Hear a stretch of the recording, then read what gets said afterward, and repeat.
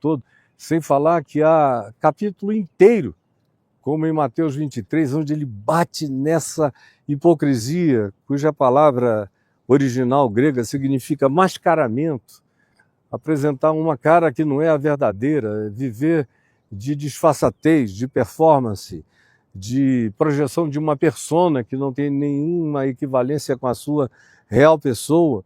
Todavia, conquanto esses temas sejam todos importantes e haja uma determinada ênfase nessas temáticas, como, por exemplo, a do perdão, que ele enfatiza o significado dela para a saúde da gente em todos os níveis e para a relação da gente consigo mesmo, com o próximo e com Deus, mas nenhum tema é descrito de carreirinha tão longa e intensamente quanto o tema da ansiedade. E aí ele não abre perspectivas e nem parênteses do que possa significar uma inclusão de ansiedade na vida da gente. Ou seja, não há cláusulas de concessão para a ansiedade. Não há nenhuma leniência de Jesus em relação à ansiedade. Ele diz simplesmente: não andeis ansiosos de coisa alguma quanto à vossa vida, em relação às coisas básicas que chocam a gente. Quanto ao que haver de comer, parece um conselho completamente descolado da realidade, porque a gente é animal, a gente tem fome, a gente tem ciclos, a gente precisa alimentar-se, a menos que você faça cursos de monge, vá para o Tibete para alongar o período da refeição, aprenda algumas outras disciplinas, como já foi até o meu caso, nos primeiros 10 anos da minha vida, quando eu aprendi com meu pai a comer muito pouco e a fazer jejuns prolongados. Mas esse não é o ideal para a vida. Eu pago alguns preços físicos, orgânicos, até o dia de hoje, por ter passado os 10 primeiros anos da vida muito mais entregue à ausência de alimentação do que a uma dieta saudável de alimentação. Eu vinha da juventude com muita radicalidade em tudo que fazia. Então, quando eu encontrei esse sol nascente das alturas, essa luz eterna que me iluminou, que me atravessou, que me explodiu, eu fiquei tão apaixonado que nos primeiros 10 anos eu comia dia sim e dia não, 24 horas. E às vezes ficava 5, 6 dias sem comer absolutamente nada, exceto bebendo 3, 4 goles de água de manhã, para dar uma hidratada mínima, 5 dias, 6 dias.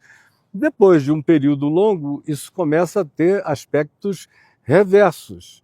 Voltando, portanto, ao tema da ansiedade, eu descobri naquele período que eu ficava, inclusive, ansioso para chegar a hora e o momento de começar a jejuar.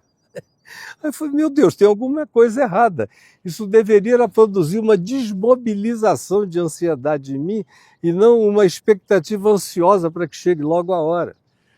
Então, voltando ao que é o cerne disso, mais do que qualquer disciplina exterior, são todas úteis, todas boas, todas interessantes, mas nenhuma delas gera o benefício que a gente precisa, mental, psíquica, espiritual e organicamente falando, se a gente não aprender a lidar com a ansiedade. E aí você pergunta: como é que eu faço para lidar com a ansiedade? Nesse mundo de demandas, de cobranças, de correrias, de metas, de prazos para serem alcançados para todos os lados, a gente tem que fazer uma escolha. E vai ter que se disciplinar nesse tipo de escolha. E eu, particularmente, me sinto muito à vontade para conversar esse assunto com você e com vocês todos, porque eu tenho testemunhas aqui na minha presença, minha mulher está bem aqui, ó, pá, na minha frente, de que eu sou tudo, menos uma pessoa ansiosa. Às vezes eu sou até demandado em relação a ter mais ansiedade do que eu tenho. Eu já fui ansioso. Mas à medida em que você vai amadurecendo e envelhecendo, você vai vendo a tolice da ansiedade e como ela é burra. Como viver ansioso não acrescenta, como Jesus mesmo, é uma lógica de Jesus. De que adianta, se vós andardes ansiosos, acerca da vossa vida, se na vossa ansiedade nenhum de vós, eu estou usando as palavras do Evangelho segundo ele, pode acrescentar meio metro ao curso da sua vida. Pode cair meio metro antes, nenhum de nós sabe. Eu estou aqui, garboso, falando com vocês, mas eu não dependo de mim nem das minhas decisões pessoais. De repente, qualquer coisa em mim pode falhar, pode parar, e a minha ansiedade vai para o espaço. O que eu vim aprendendo no curso dos anos foi para realmente não andar ansioso e achar e crer e entender que nada faz mais mal do que a ansiedade. Ela tem uma segunda burrice intrínseca, que é essa, de nos fazer não poder acessar o futuro e sofrermos por ele no presente. Então, o que é objeto de ansiedade não chegou, mas a gente internaliza aquela agonia no presente sem nenhuma chance de acessá-lo como futuro para poder resolvê-lo, tratá-lo, cuidar dele. Então, eu fui aprendendo no curso da vida com o Evangelho que aquilo que não está na minha mão para ser objeto de cuidado, de manipulação, de solução, é algo que eu coloco nas mãos de Deus, descanso e vivo. E quando eu estou dizendo isso, pode parecer que é só uma conversa para vocês aqui, mas a minha mulher sabe disso. E os meus filhos sabem disso.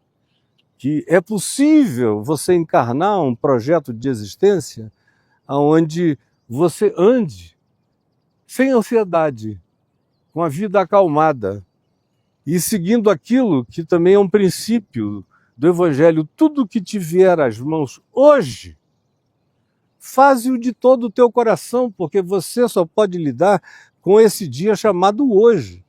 Você não consegue enfiar a mão no amanhã e fazer alterações e mudanças num futuro que não chegou. Agora, nesse dia chamado hoje, é onde me cumpre preparar as coisas para o meu conforto hoje, para o de outros, processar o que eu já aprendi do passado e me preparar sem angústia, mas desenvolvendo sensatez e sabedoria, para que quando o que quer que venha chegue, eu esteja com o coração relativamente preparado para lidar com aquilo, sem aquela agonia que me pré-habitou durante tanto tempo, que quando o futuro se torna presente, eu já estou doente, incapacitado e fragilizado, a ponto de nem poder lidar com ele.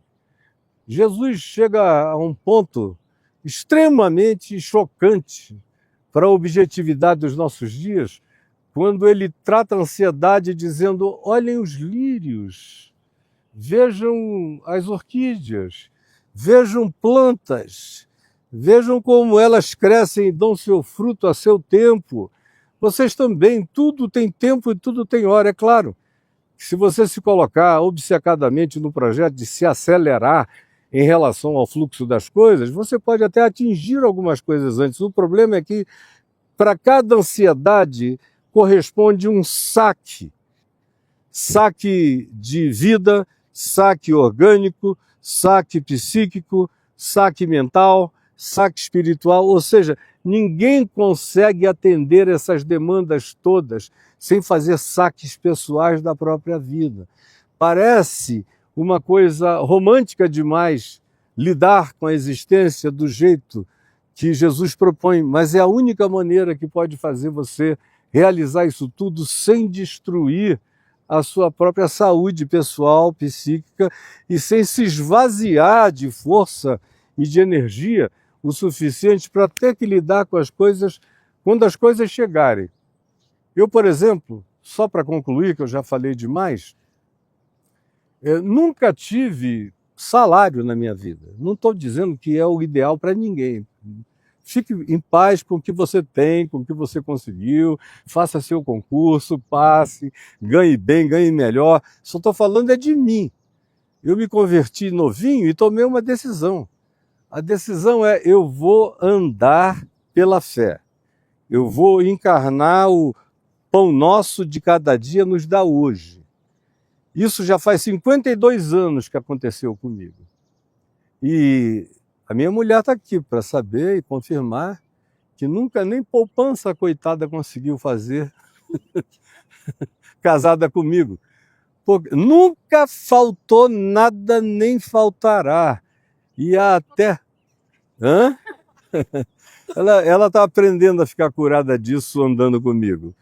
Mas nunca faltou nem faltará. Eu sou um exemplo pateticamente extremo desse obedecer ao que Jesus disse. Não ande ansioso por nada, descanse, porque basta cada dia o seu próprio mal. Não adianta vocês andarem ansiosos, porque vocês não vão conseguir fazer antecipação preventiva de nada. O que vocês puderem fazer, façam, de modo a terem sossego para vocês, para os que estão com vocês e para quem vocês possam ajudar. Mas se vocês quiserem, mesmo não tendo nada guardado ou acumulado, o que importa é essa confiança enorme de que não vai faltar nada se você andar com essa segurança de paz e de fé. Aí, meu Deus, fica estranho, porque enquanto você não dá esse passo para provar essa vida, tudo parece romântico. Eu me lembro de um amigo meu, antropólogo da religião, filósofo, um dos homens mais bem conceituados do país, me assistindo numa pregação sobre ansiedade em Mateus, no capítulo 6, no ano de 1981, numa igreja que eu pastoreava em Niterói, e ele sentado lá, ele é mais velho do que uns 10 anos, e eu vendo na cara dele, ele dizendo, meu Deus, quanto romantismo.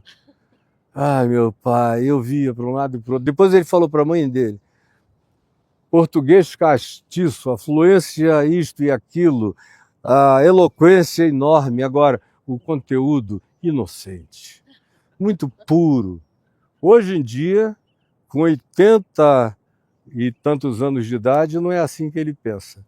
A última vez que a gente conversou, ele me falou, olha, eu demorei tantos anos para aprender o que você já tinha aprendido em 1981, e eu só comecei a aprender agora de que de fato não adianta nada, e eu me desgastei à toa em tantas outras coisas. Só agora é que eu fui aprender a sossegar, quando aparentemente já não havia mais alternativa por causa da minha idade idosa. Eu espero que não tenha que ser a velhice que ensine você a aprender o sossego do coração. Ele é possível para todos nós, não sem treino, e não sem fé, não sem entrega, e não sem confiança. Mas quando Jesus diz, não andeis ansiosos de coisa alguma, ele não pauta essas coisas sem pavimentá-las como possibilidade factual para que a gente experimente.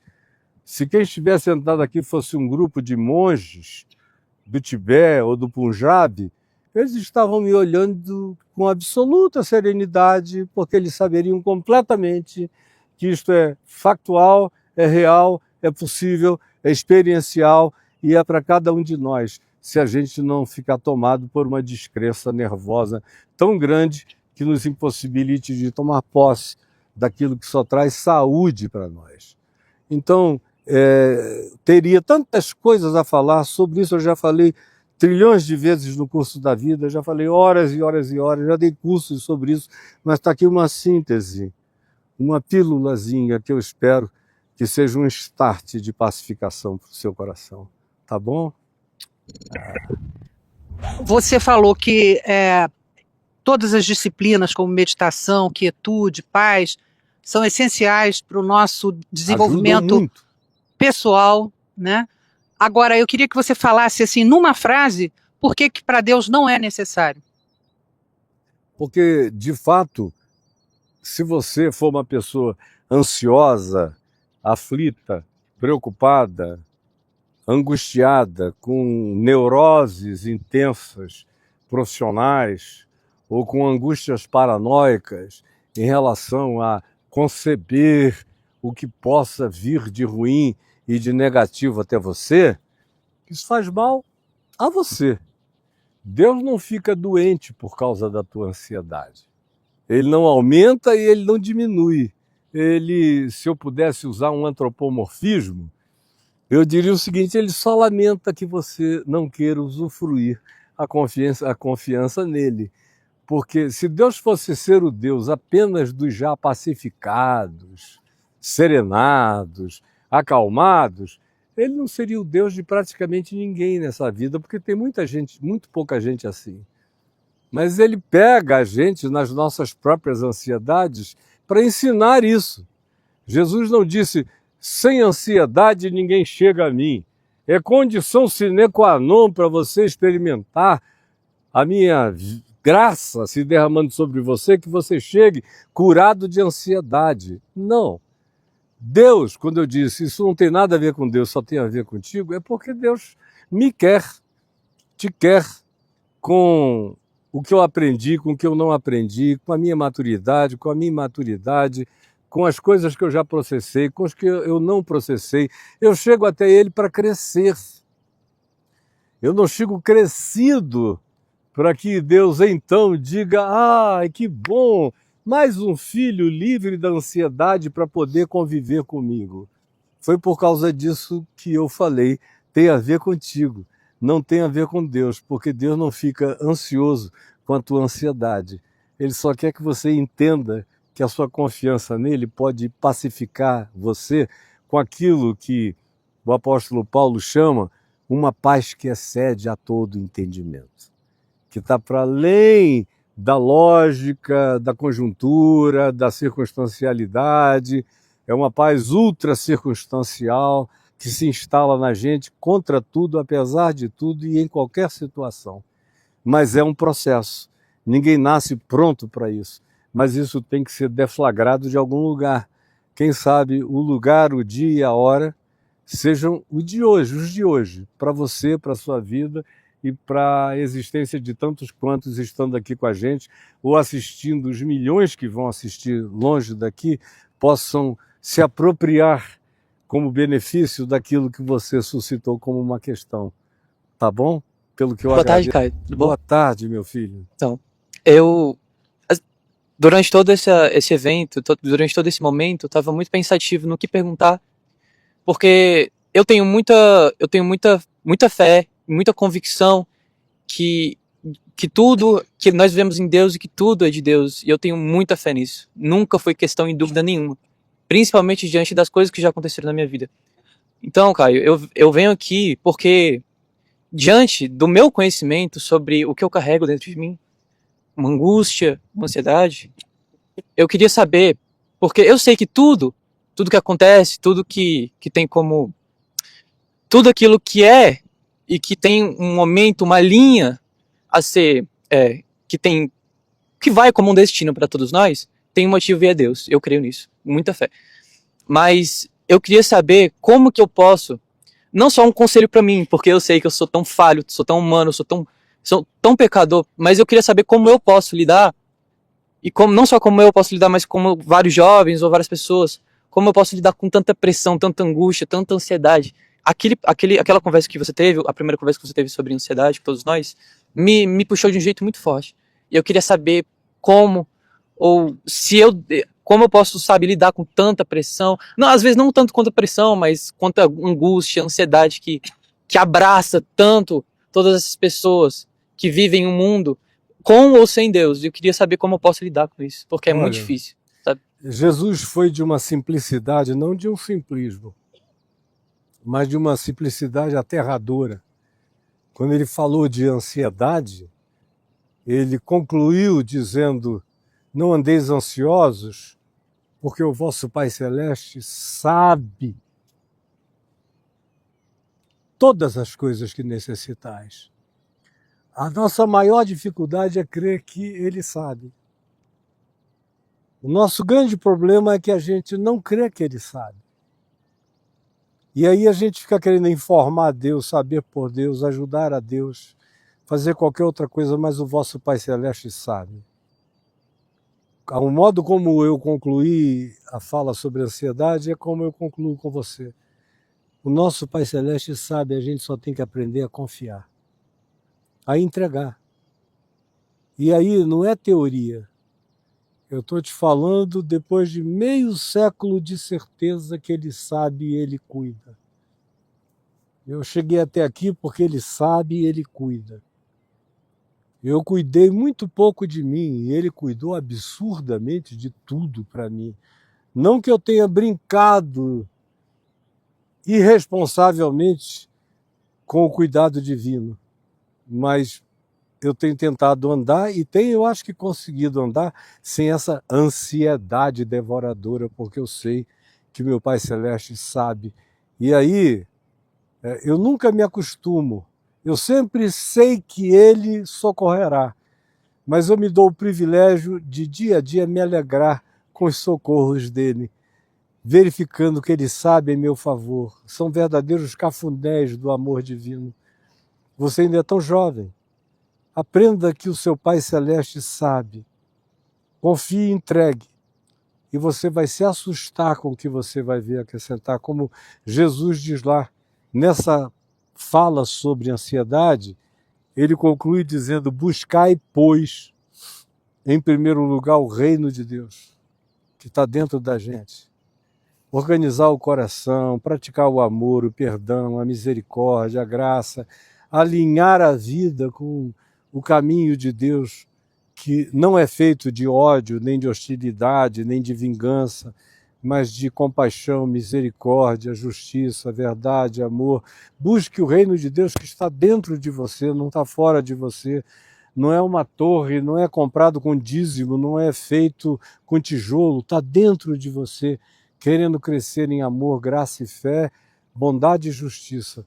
Alinhe o seu coração com Ele, todos os dias. E as demais coisas correm atrás da gente. Como o Salmo 23 termina dizendo: bondade e misericórdia me seguirão todos os dias da minha vida, e eu habitarei na casa do Senhor para todo sempre. A gente chega uma hora que vai andando e, meu Deus, é bondade atropelando a gente para todo lado, porque vem atrás.